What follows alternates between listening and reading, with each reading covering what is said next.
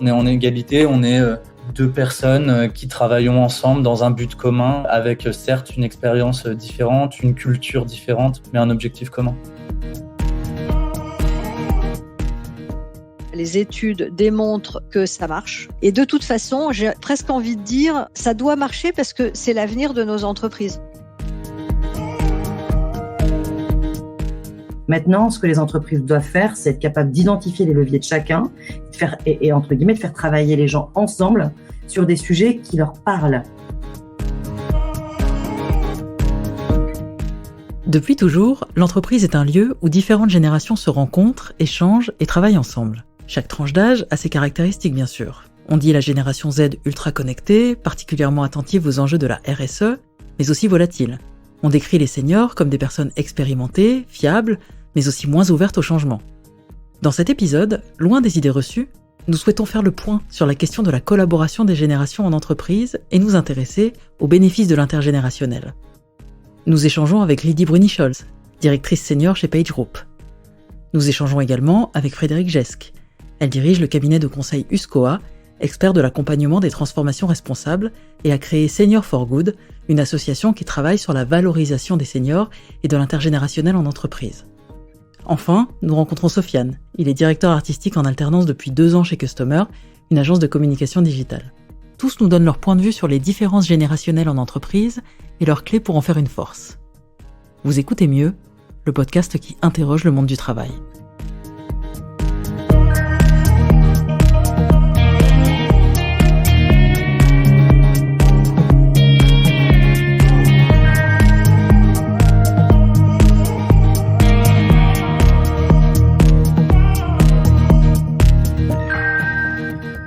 Lorsqu'on se penche sur le sujet de la collaboration des générations dans l'entreprise, on se rend vite compte de l'importance et de la complexité de l'enjeu.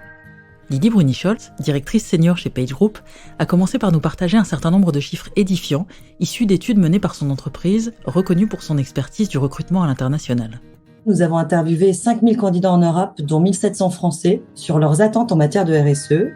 Et ce qui en ressort principalement, c'est que des vrais efforts sont attendus sur le sujet, notamment de la diversité et de l'inclusion, et que la principale cause de discrimination reste l'âge. 42% des personnes interviewées pensent avoir déjà été discriminées à cause de leur âge, 50% même pour les plus de 50 ans, bien devant des raisons d'origine ou de genre qui sont à 22%. Côté entreprise, on a mené une étude en décembre dernier auprès de TPE, PME, ETI, grands groupes, de façon à mesurer le degré de préparation et d'engagement des entreprises dans le recrutement des profils de plus de 55 ans. 6 entreprises sur 10 se sentent concernées par cette problématique et considèrent que ces écarts générationnels vont poser problème dans l'avenir et vont être des défis organisationnels.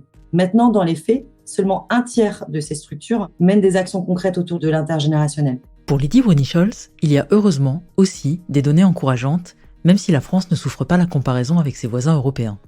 Une autre donnée intéressante, c'est qu'une entreprise sur 2 a recruté des profils de plus de 55 ans au cours de ces 2 dernières années, soit en majorité pour répondre aux besoins classiques qui faisaient partie du plan de recrutement annuel, soit pour répondre effectivement à une pénurie de main-d'œuvre et donc s'ouvrir à des profils plus seniors avec un certain nombre de compétences. Il y a certes du progrès, mais si nous prenons aussi les taux européens, la France se situe à 56% de taux d'emploi contre 60,5% en Europe, ce qui laisse sous-entendre que nous avons encore du chemin à parcourir par rapport à nos voisins européens. Parmi les personnalités qui œuvrent pour une pluralité générationnelle dans le monde du travail, il y a Frédérique Gesque, notre deuxième invitée. Ancienne directrice générale de la Ligue contre le cancer, elle dirige aujourd'hui le cabinet de conseil USCOA, dont la raison d'être est d'inspirer et accompagner la transformation des hommes et des organisations vers une croissance durable, responsable et inclusive. Il y a quelques mois, elle a créé l'association Senior for Good, dont elle nous explique la mission et la genèse. Senior for Good est né d'une anecdote personnelle. L'année dernière, j'ai souhaité quitter la direction générale de la Ligue contre le cancer suite au décès de mon président Axel Kahn et j'ai été contactée par un cabinet de recrutement pour un poste qui m'intéressait beaucoup, pour lequel je cochais toutes les cases. La consultante était emballée par mon profil, sauf que le recruteur n'a pas souhaité me recevoir parce que j'étais trop vieille. Donc ça m'a vraiment choquée. J'ai regardé un peu autour de moi, j'ai regardé aussi à l'APEC, les ateliers seniors, et je me suis rendu compte qu'on avait un vrai sujet. aussi bien du point de vue de l'emploi que du point de vue des enjeux sociétaux et culturels dans le pays. Avec un ami, on s'est dit qu'est-ce qu'on peut faire ? Eh bien, nous sommes des citoyens, nous sommes des cadres en activité, des seniors, et donc on peut créer un mouvement citoyen. Et c'est comme ça que Senior for Good est né, en format évidemment associatif et en mouvement citoyen de valorisation des seniors et de l'intergénérationnel dans l'entreprise. Pour Frédéric Gesque, l'intergénérationnel est un enjeu essentiel, urgent, et la révolution démographique à elle seule est une raison de se pencher sur la question. On vit actuellement, c'est vrai, une révolution démographique qui fait que déjà, on doit s'adapter au vieillissement de la population. Il faut quand même savoir qu'en 2035, 50% de la population aura plus de 45 ans. Donc effectivement, les carrières s'allongent et finalement, c'est quand même l'entreprise qui porte la responsabilité de la formation et de l'employabilité de ses collaborateurs. Et il est difficile quand même de se dire que d'un côté, on va réformer le système des retraites et repousser l'âge de départ et en même temps, continuer à négocier le départ de tous les salariés de 50 ans. Effectivement, ça ne peut pas fonctionner. Donc aujourd'hui, le sujet, c'est comment faire pour chacun ait sa place dans l'entreprise, c'est ça l'inclusion, et sa place aux côtés des autres générations, c'est ça l'intergénérationnel en fait, et c'est ce qui fait toute la richesse humaine. Elle nous donne, elle aussi, quelques chiffres. Si on regarde les recrutements, l'année dernière, 5% seulement des recrutements de cadres dans le secteur privé concernaient des profils de plus de 20 ans d'expérience. En entreprise, les fins de carrière peuvent être douloureuses aussi. Parfois, c'est mise au placard, plus d'accès à la formation, etc. 2/3 du volume des ruptures des contrats dans les plans sociaux. Et il faut savoir que quand on a plus de 55 ans, on reste inscrit à Pôle emploi 2 à 3 fois plus longtemps que l'ensemble des inscrits au chômage. Et que d'ailleurs, après 55 ans, on sort quasiment plus du chômage. Et je ne vous parle même pas des femmes qui ont un petit peu la double peine. Donc effectivement, il faut absolument réfléchir sur ce sujet-là. Travailler sur l'intergénérationnel, c'est donc mettre en place des actions pour l'emploi des seniors. C'est également intégrer les plus jeunes générations dans l'entreprise. Pour Lydie Bruni-Scholz, il y a là aussi quelques clichés qui ont la vie dure et qu'il est important de combattre. Il y a une défiance aussi sur les plus jeunes. La vision des entreprises sur la génération Y, Z est différente d'une entreprise à l'autre d'ailleurs, parce que ça dépend aussi du secteur d'activité. Mais oui, ces jeunes ont des côtés attirants, sont plus agiles sur les outils digitaux, plus à l'aise dans les contextes de changement. Ils apprécient le fait qu'ils aiment travailler aussi sur des projets différents et en équipe, etc. Néanmoins, les RH sont parfois démunis face à ces jeunes très sûrs d'eux, ambitieux, qui ont un énorme besoin d'indépendance et d'autonomie, paradoxalement, qui ont aussi besoin d'être accompagnés et coachés. Et de notre côté, on considère qu'on a un réel rôle à jouer dans la déconstruction justement de ces stéréotypes et on se doit d'accompagner nos clients à penser différemment. Ce qu'on rappelle à nos clients, c'est qu'une entreprise inclusive et qui fait marcher l'intelligence collective est forcément plus performante. Donc, que ça soit sur la génération senior ou les plus jeunes, l'idée, c'est effectivement de faire collaborer les gens. Nous avons eu envie de donner la parole à cette jeune génération, justement. Celle dont on parle si souvent, sans toujours lui demander son avis.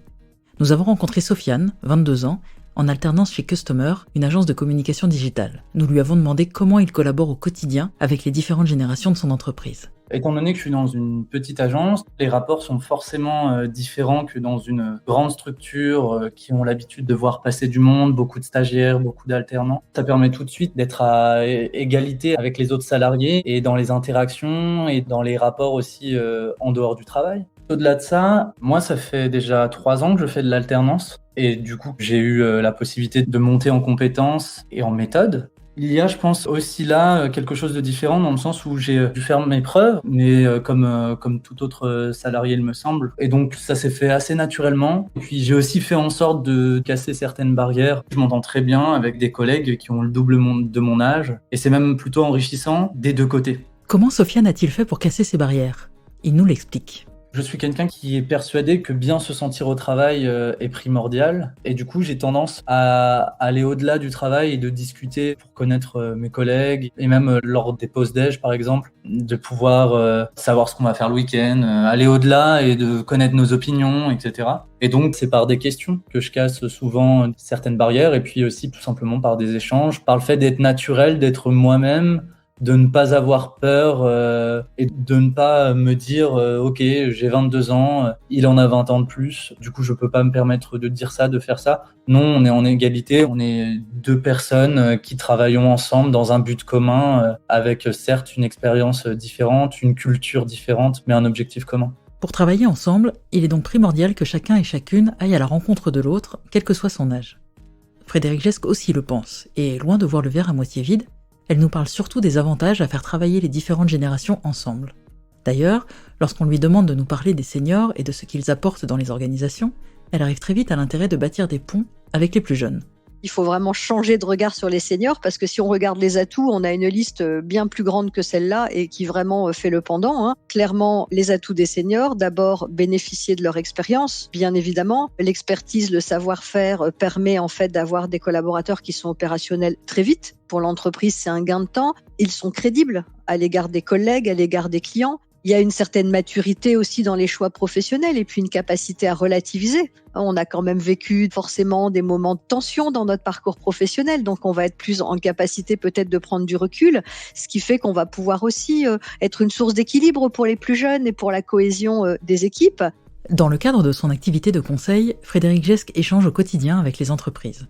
Elle est aux premières loges de ces évolutions. Je dirais que les grandes entreprises, les grands groupes se sont emparés de ce sujet depuis quelque temps parce qu'ils sont équipés, parce qu'ils ont énormément de ressources pour cela et qu'ils ont des engagements aussi ESG réglementaires à tenir. Il y a donc des initiatives assez intéressantes, mais finalement assez récentes. Je pense par exemple à la signature en mars de l'année dernière au ministère de l'économie par une trentaine de grandes entreprises d'un pacte intergénérationnel, en fait du premier acte d'engagement interentreprise sur la place des collaborateurs de plus de 50 ans, avec notamment L'Oréal, où ils ont pris en fait une dizaine d'engagements très intéressants sur le recrutement, la formation, le maintien dans l'emploi, le bien-être au travail, les stéréotypes liés à l'âge, la retraite, etc. Ceci étant dit, même dans ces grandes entreprises, j'ai encore échangé avec une cliente récemment qui me disait c'est quand même un sujet un peu nouveau pour nous, on va y aller là parce qu'il y a la réforme des retraites et que donc cette année on va en faire notre priorité. Donc c'est vrai que l'actualité de la réforme des retraites pousse beaucoup à l'action.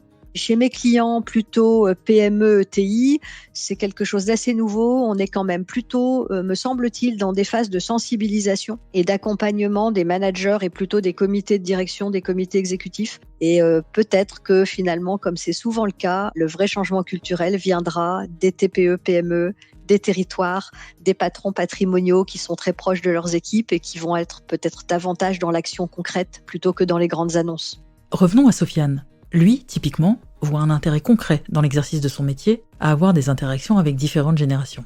Étant donné que moi je suis un créatif, c'est peut-être différent, dans le sens où dans la création, j'ai l'impression que les profils ont tendance à vouloir s'enrichir. En tout cas, ça fait partie du métier de savoir ce qu'il se passe, de savoir les tendances, de savoir ce qu'il se fait actuellement. On a une curiosité en tant que créatif qui est là, qu'on ait 12 ans ou 45 ans, on a cette curiosité-là. Et du coup, c'est pour ça que effectivement, on est toujours dans le partage de ce qui se fait, de ce qui se dit. Il faut être à la page et surtout, c'est enrichissant parce que on fait un ping-pong d'idées ou de références culturelles en montrant quelque chose. Ah, mais c'est marrant, cette chose-là dont tu me parles qui est actuelle, et ben ça fait écho à un truc d'il y a quelques temps où c'était vachement à la mode. Il y a une sorte de confrontation d'idées et de références qui est super intéressante. Et lorsqu'il confronte ses méthodes avec ses collègues, c'est la même chose.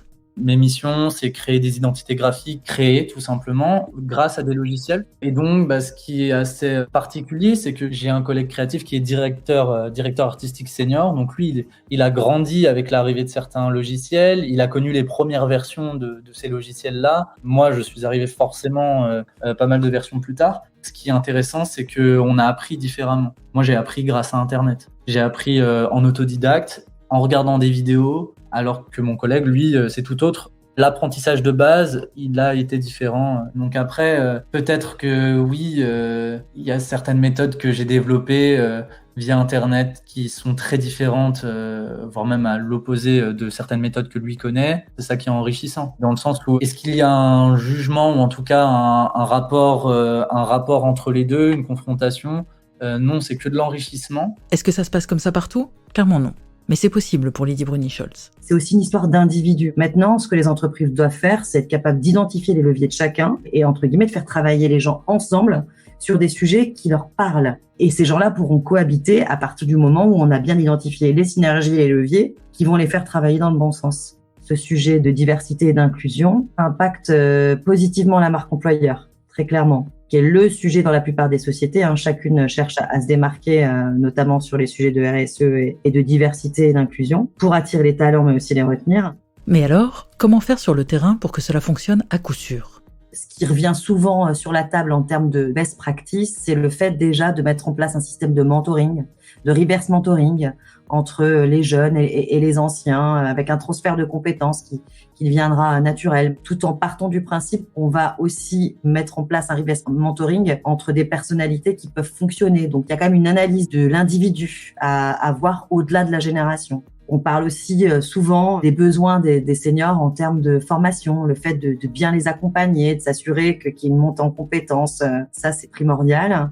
Vous allez avoir aussi, je dirais, l'accompagnement de fin de carrière, s'assurer que les collaborateurs partent dans de bonnes conditions, sereins, et qu'il y ait une réelle transmission de savoir qui soit effectuée. Et enfin, s'assurer que la quête de sens, qui est le sujet qui réunit les générations, les fera travailler ensemble. Et pour ça, vous avez typiquement le mécénat de compétences dans les entreprises qui est utilisé justement pour réunir les générations autour de combats à mener ou de sujets qui leur sont chers. Je vous donne un exemple concret. Le mécénat de compétences qui a eu lieu cette semaine. Nous avons 3 ou 4 collaborateurs de générations d'ailleurs différentes qui ont fait le choix d'aller accompagner des jeunes immigrés dans leur recherche d'emploi et donc qui leur ont donné des conseils sur notamment l'entretien ou le fait de retravailler leur CV pour adapter effectivement leur candidature. Vous avez donc 3 générations différentes qui travaillent ensemble dans un but commun qui leur parle. Finalement, quel est l'avenir de l'intergénérationnel en entreprise ? Pour Frédéric Gesque, il est aussi essentiel qu'inévitable et bénéfique. Alors aujourd'hui, c'est vrai qu'on est dans un contexte, on le sait, où il y a à la fois des tensions de recrutement, donc cet allongement nécessaire des carrières. Je pense que les entreprises aujourd'hui n'ont plus le choix. Elles doivent se positionner et miser sur une vraie politique intergénérationnelle où vraiment chacun va pouvoir s'exprimer jusqu'au départ à la retraite. Quand c'est organisé, cette coopération intergénérationnelle, elle est vraiment extrêmement positive.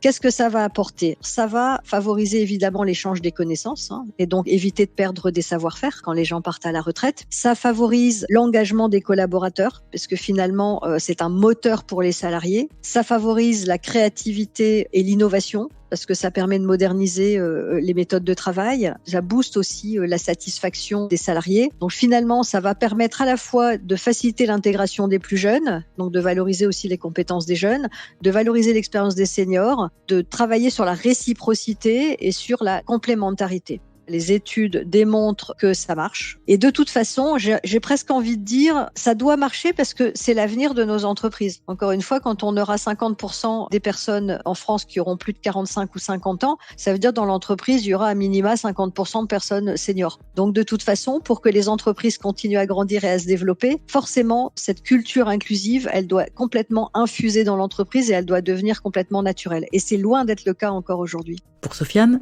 l'avenir est au changement. Pour tout le monde, impulsé ou non par sa génération.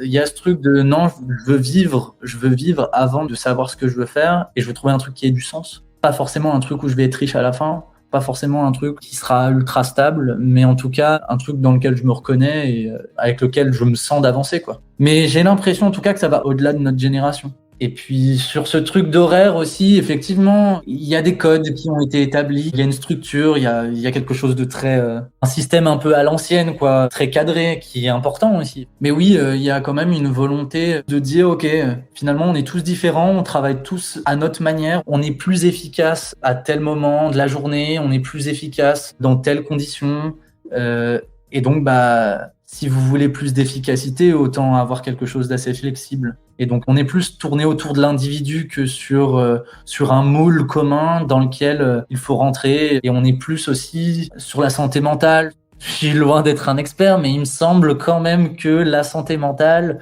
favorise la productivité. En tout cas, être bien au travail, être bien avec ses collègues, être bien tout simplement, on travaille mieux.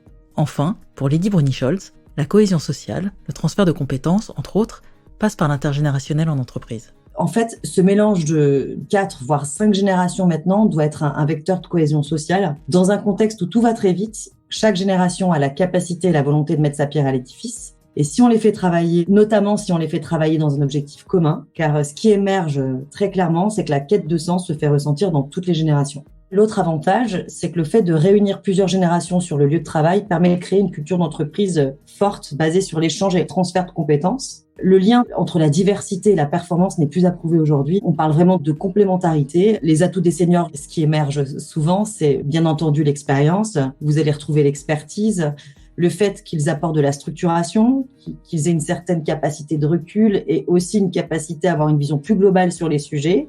Et ces seniors qui vont travailler avec des jeunes qui, eux, ont une vision neuve sur le monde, qui sont créatifs et qui sortent d'école avec des connaissances techniques pointues, forcément, ça va impacter favorablement la motivation des collaborateurs et leurs résultats. Après avoir entendu ces 3 témoignages, comment remettre en question les bénéfices de l'intergénérationnel ? La question qui se pose alors, c'est aujourd'hui quand et comment le mettre en place dans les organisations. C'est a priori une question de biais à déconstruire, de culture à mettre en place, de soins portés au mix des générations et à l'équité de traitement entre celles-ci, notamment en ce qui concerne la formation. On se retrouve bientôt dans Mieux, le podcast qui interroge le monde du travail.